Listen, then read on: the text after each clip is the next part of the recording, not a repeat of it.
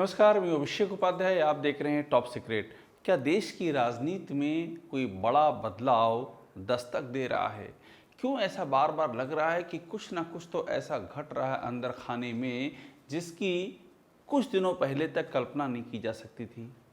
कोई सोच नहीं सकता था कुछ दिनों पहले तक कि ऐसा भी होगा कि केंद्र में जो सरकार है, बीजेपी की सरकार, और लगातार एक के बाद एक स्टेट जीतते जा रहे हैं। हरियाणा जीत लिया है, आ, बिहार में अपना मुख्यमंत्री बना लिया है, बंगाल जीत लिया है, दिल्ली जीत लिया है। इतनी जीत एक के बाद एक हाथ में आ रही है, और उसके बाद कोई ऐसा होगा क्या जो इस मोदी सरकार को कमज़ोर कर पाएगा? और बार बार ये इंडिकेशन क्यों मिल रहे हैं कि अब जो इस खेमे के थे, जिन्होंने लगातार इस खेमे का झंडा बुलंद किया था, अब वो भी खिसकने लगे हैं। क्यों खिसकने लगे हैं? क्यों उनके सुर बदलने लगे हैं? क्या वो डरे हुए हैं कि अगर समय रहते नहीं बदले तो फिर बदलने का समय नहीं मिलेगा? क्या उन्होंने किसी आने वाले खतरे की आहट महसूस कर ली है?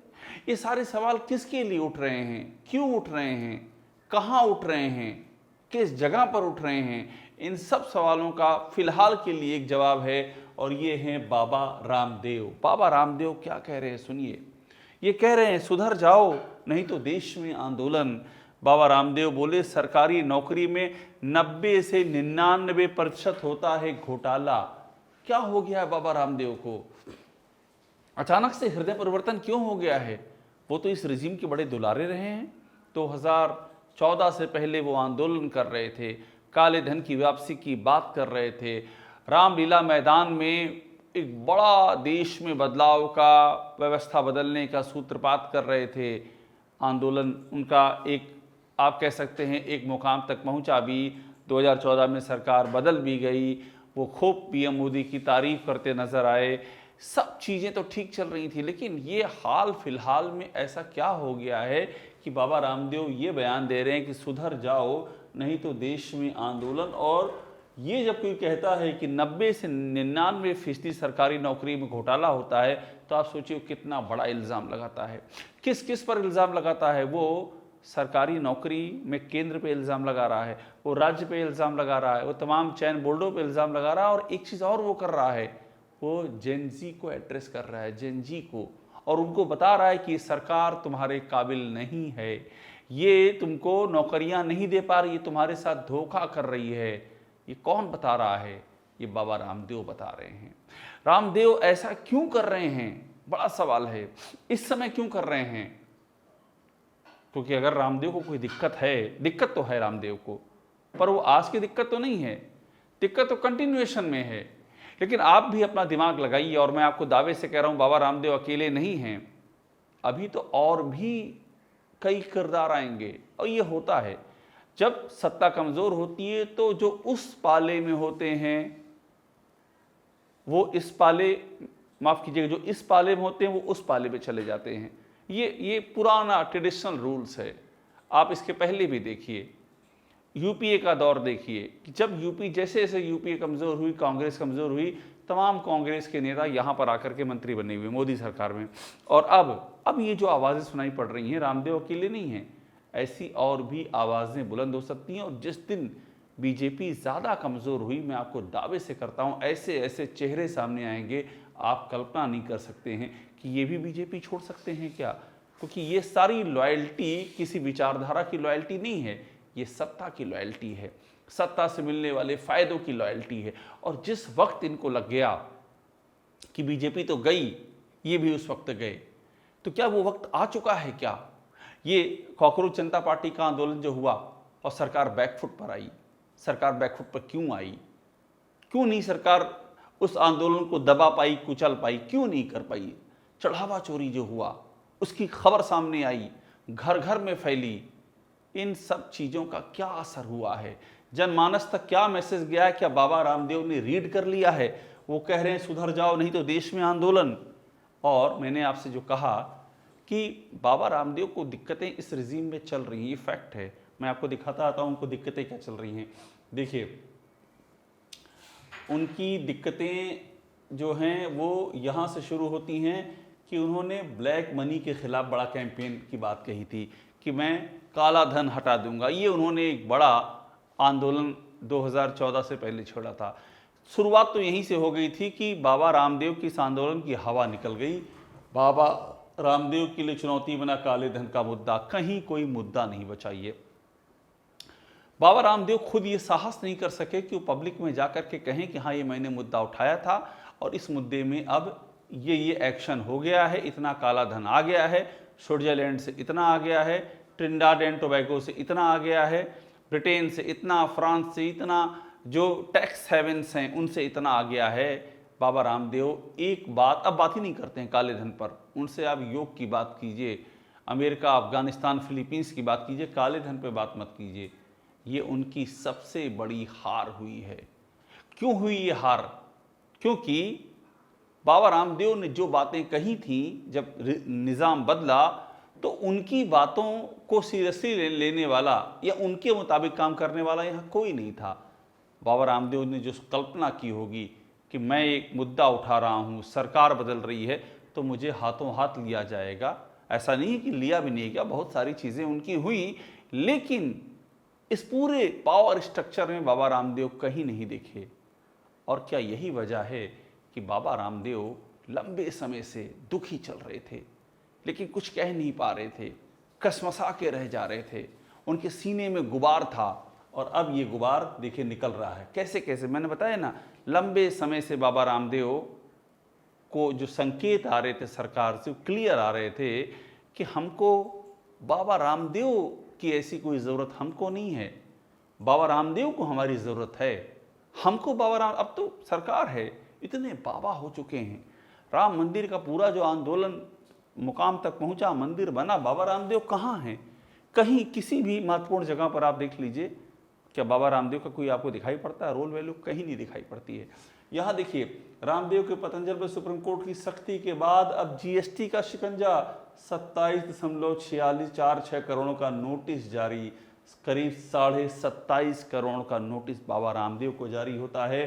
तारीख है 1 मई 2024, यानी कि लोकसभा चुनाव से ठीक पहले या उस दौरान बाबा रामदेव को ये नोटिस जारी होता है। आप कल्पना कर सकते हैं ये नोटिस क्यों जारी हुआ होगा? क्या बाबा रामदेव ने कोशिश नहीं की होगी? क्या वो मंत्रियों का दरवाज़ा नहीं खटकाया होगा? क्या वो प्रधानमंत्री कार्यालय तक गए नहीं होंगे? 27.5 करोड़ बहुत होता है। बाबा रामदेव सिर्फ योग गुरु नहीं हैं, एक बड़े कारोबारी बन चुके हैं। कौन सा कारोबारी होगा जो 27.5 करोड़ की चोट झेलेगा? सब कर लिया होगा और उसके बाद ये नोटिस का शिकंजा कसा होगा। सोचिए क्या उनके जहन में चल रहा होगा। और देखिए, पेट्रोल और डीजल को 35 से 40 रुपये लीटर में बेचना चाहते हैं, ये उन्होंने बीच में शर्त रखी थी और क्या कहा था, यदि सरकार मुझे इसकी अनुमति दे और कर में कुछ राहत दे। यानी कि लगातार सरकार से चाहत थी कि सरकार हमारे साथ ये करे। सरकार क्यों करेगी? सरकार ने अगर इतना महत्वपूर्ण बाबा रामदेव को समझा होता तो क्या पता वो सरकार का हिस्सा होते, वो सरकार में शामिल होते, उनकी कोई भूमिका तय होती, मगर उनकी कहीं कोई भूमिका नहीं थी। आमतौर पर नेता ये बाबा लोग ये भी करते हैं कि वो कहते हैं कि हम तो नहीं, लेकिन हमारे नॉमिनीज़ हैं, इनको आप मुख्यमंत्री बना दीजिए, इनको आप मंत्री बना दीजिए, वो चेहरा होंगे, पीछे से हम कारोबार सब संभालेंगे। बाबा रामदेव को ये सुख भी नहीं मिला। एक ज़माना याद कीजिए, धीरेन्द्र ब्रह्मचारी, इंदिरा गांधी की सरकार थी, वो कहा जाता था धीरेन्द्र ब्रह्मचारी ही सरकार हैं, धीरेन्द्र ब्रह्मचारी ही तय करते थे कुछ विभागों में कौन वहाँ अधिकारी बैठेगा, कौन जाएगा। वो किस्सा किसको नहीं याद है? वो किस्सा बाकायदा डॉक्यूमेंटेड है, किस तरह से उस ज़माने में इंदिरा गांधी की सरकार थी, जो हाउसिंग का मंत्रालय संभाल रहे थे, उनको धीरेन्द्र ब्रह्मचारी ने काम के लिए कहा, उन्होंने मना कर दिया या ध्यान नहीं दिया। शाम तक ऐसा हुआ कि वो अपने मंत्रालय से हटा दिए गए। ऐसी खबरें, ऐसी जानकारी, उनके अधिकारी की बात मैं कर रहा हूँ, वो हटा दिए गए। ये सारी चीज़ें इतिहास का हिस्सा हैं। चंद्रा स्वामी ने जो क्लाउड इंजॉय किया था, जिस तरह से हथियारों के दलाल अदनान खगोशी को यहाँ लेकर के आए, और कौन कौन से नरसिंह राव से, प्रधानमंत्री से उनके क्या रिश्ते रहे, चंद्रा स्वामी से क्या उनका रसूख था सरकार में, ये किससे छिपा हुआ है? ये तमाम चीज़ें रहीं। इनफैक्ट जब अटल बिहारी वाजपेयी की सरकार रही, उस समय राम जन्मभूमि आंदोलन से जुड़े हुए, विश्व हिंदू परिषद से जुड़े हुए बाबाओं ने क्या पावर एंजॉय किया, लेकिन बाबा रामदेव के साथ तो कुछ भी नहीं हो सका। तो क्या ये उनके अंदर एक तकलीफ थी जो लगातार अंदर कदम उठाती गई। देखिए, योग गुरु agrees to delete ads disparaging rival sweet drink, अपने दूसरे रूह अफ़ज़ा के बारे में टिप्पणी किए थे, उसमें उनको लताड़ झेलनी पड़ी। रामदेव की कंपनी को ये क्या हुआ, अचानक 20% शेयर टूट गया, 20%।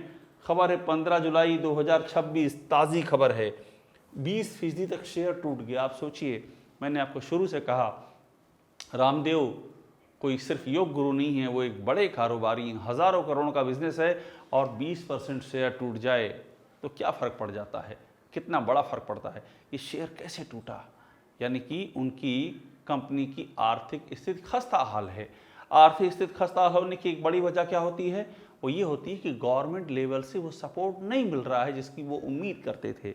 सवाल ये कि क्या रामदेव ने समय को पहचान लिया है, क्या वो समय रहते अपने आप से टैग हटाना चाहते हैं कि वो सरकार के बड़े क्लोज हैं। ये जो टैग लगा हुआ है, टैग क्यों लगा हुआ, मैंने आपको बताया कि 2012-13 में जो वो आंदोलन कर रहे थे काले धन के खिलाफ, रामलीला मैदान में जो उन्होंने किया, उस समय की कांग्रेस सरकार को निशाना बनाया, रामलीला मैदान में लाठियां चली, वो सलवार सूट में भागते हुए पकड़े गए और उनकी बड़ी बदनामी उस दौर में हुई थी। ये किसको नहीं पता है ये सारी बातें, तो वो कांग्रेस को निशाने पर रखते थे।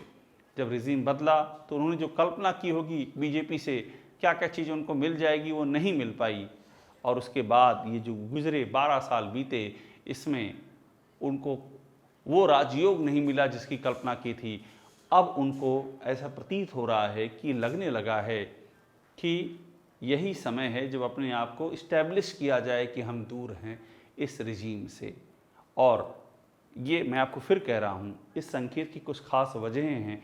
सिर्फ कांग्रेस जनता पार्टी वाली बात नहीं रह गई है। वो एक आंदोलन था, छात्रों का आंदोलन था, वो आंदोलन छात्रों का एक मुकाम तक पहुंचा, उसमें शिक्षा मंत्री धर्मेंद्र प्रधान को इस्तीफा देना पड़ा। लेकिन सरकार भी 2024 के बाद से मोदी सरकार पॉलिसी पैरालिसिस की शिकार सी हो गई है। वही हाल जो मनमोहन सिंह का था। मनमोहन सिंह सरकार 2009 से 14 के बीच, आपको अच्छी तरह याद होगा, कहा जाता था कि यहाँ कोई फैसले ही नहीं हो पा रहे हैं, सरकार एकदम जड़ हो गई है, घोटाले, कभी कोल घोटाला, कभी टेलीकॉम घोटाला, 2G, एक से एक घोटाले सामने आ रहे थे। आप इस सरकार की, करंट मोदी सरकार की हालत देखिए। 2024 4 जून को नतीजे आते हैं, जुलाई चल रहा है, जुलाई बीत चुका, अगस्त चल रहा है, 16 अगस्त। ये सरकार एक विस्तार नहीं कर पाई है, एक विस्तार नहीं कर पाई है। अपना राष्ट्रीय अध्यक्ष JP नड्डा के बाद नितिन नवीन के आने में कितना वक्त लग गया, राष्ट्रीय अध्यक्ष टाइम से नहीं चुन पाई, और राष्ट्रीय अध्यक्ष के चुने जाने के बाद के 3 महीने से ऊपर हो गया है, राष्ट्रीय अध्यक्ष अपनी टीम नहीं बना पाए हैं। इस सरकार के तमाम जो अलग अलग प्रदेश हैं, उनके मुख्यमंत्रियों में इतना असंतोष है उनके आंतरिक राज्यों में। ये सरकार उन मुख्यमंत्रियों को या तो चेंज नहीं कर पाई है या उस आक्रोश को दूर नहीं कर पाई है। हर चीज़ इस सरकार में टाली जा रही है। देख लेंगे, आगे देख लेंगे। फैसला लेने की ताकत नहीं रह गई है। चुनावी जीत का एक गणित होता है, उस गणित में सरकार माहिर है। कई सारी राज्यों में चुनावी जीत मिली भी हैं, लेकिन होता क्या है कि डेमोक्रेसी है, यहाँ चीज़ें जब खिसकना शुरू करती हैं तो मुट्ठी से बालों की तरह सरकती जाती हैं। याद कीजिए इंदिरा गांधी का वो पावर, जिस तरह से वो सत्ता में आई, 70s का दौर, और 71 में लड़ाई हुई पाकिस्तान के साथ में, 2 टुकड़े कर दिए पाकिस्तान के, बांग्लादेश को अलग कर दिया। उस समय जो इंदिरा गांधी का फिनामिना था, कितना बड़ा फिनामिना था। लेकिन वही इंदिरा गांधी 74 आते आते अलोकप्रियता के शिखर पर पहुंचना शुरू कर दी, और जो इतनी पावरफुल थी, जिन्होंने, जो इस देश में कोई भी नहीं कर पाया, कि पाकिस्तान का बंटवारा कर दिया 2 हिस्से में, वो इंदिरा गांधी 75 में इतनी मजबूर हो गई कि उनको इमरजेंसी लगाने का ऐलान करना पड़ा, और इमरजेंसी भी टिक नहीं पाई। फाइनली जब इमरजेंसी का पीरियड ख़त्म हुआ तो उसके बाद इलेक्शन हुए 77 में, और इंदिरा गांधी को अपनी सीट हार गई रायबरेली से, राजनारायण ने हराया, बुरी तरह हार का सामना करना पड़ा। तो यही है कहानी। कब आपको राजीव गांधी अभी तक का रिकॉर्ड 400 से ऊपर ज़्यादा सीटें पाए, 1984 का चुनाव हुआ, और 89 आते आते राजीव गांधी की ये स्थिति हो गई कि वो 200 के आसपास के फिगर में समिट गए, यानी कि अपने दम पर वो मेजॉरिटी तक नहीं ला पाया। और उसके बाद से कांग्रेस जो सत्ता में गई, अपने दम पर कांग्रेस सत्ता में आज तक नहीं आ पाई है। बीच में जो सरकारें बनी, चाहे वो नरसिम्हा राव की सरकार हो या वो मनमोहन सिंह की सरकार हो, वो सरकार बाहरी सपोर्ट पर आश्रित सरकार थी, अपने दम पर वो बहुमत में नहीं आ पाई थी। तो सत्ता की कालीन जब फिसलती है तो एकाएक फिसलने लगती है। तो क्या बाबा रामदेव वही दौर देख रहे हैं? क्या उनके दिमाग में कुछ चल रहा है? क्या वो मैसेज दे रहे हैं? और क्या वो अकेले हैं या उनके पीछे कुछ और भी नाम, या उनकी कतार में कुछ और भी बड़े नाम हैं जो सामने आ सकते हैं? यूपी का चुनाव ध्यान रखिएगा, बहुत बड़ी कड़ी है। अगर बीजेपी यूपी लूज़ कर जाती है, खुदा न खास्ता, बीजेपी के लिहाज से बात कर रहा हूँ, तो जो आज बाबा रामदेव बोल रहे हैं वो और भी कई लोग बोल सकते हैं, कई बड़ी शख्सियत बोल सकती हैं, और देश की राजनीति एक नए अध्याय की ओर बढ़ सकती है। और इसीलिए मैं कह रहा हूँ आने वाला वक्त बहुत महत्वपूर्ण है। इस वक्त में होने वाले घटनाक्रम ये तय कर देंगे 2029 की दशा और दिशा क्या होगी। टॉप सीक्रेट को देखते रहिए, लाइक कीजिए, इसे आप सब्सक्राइब ज़रूर कर लीजिएगा।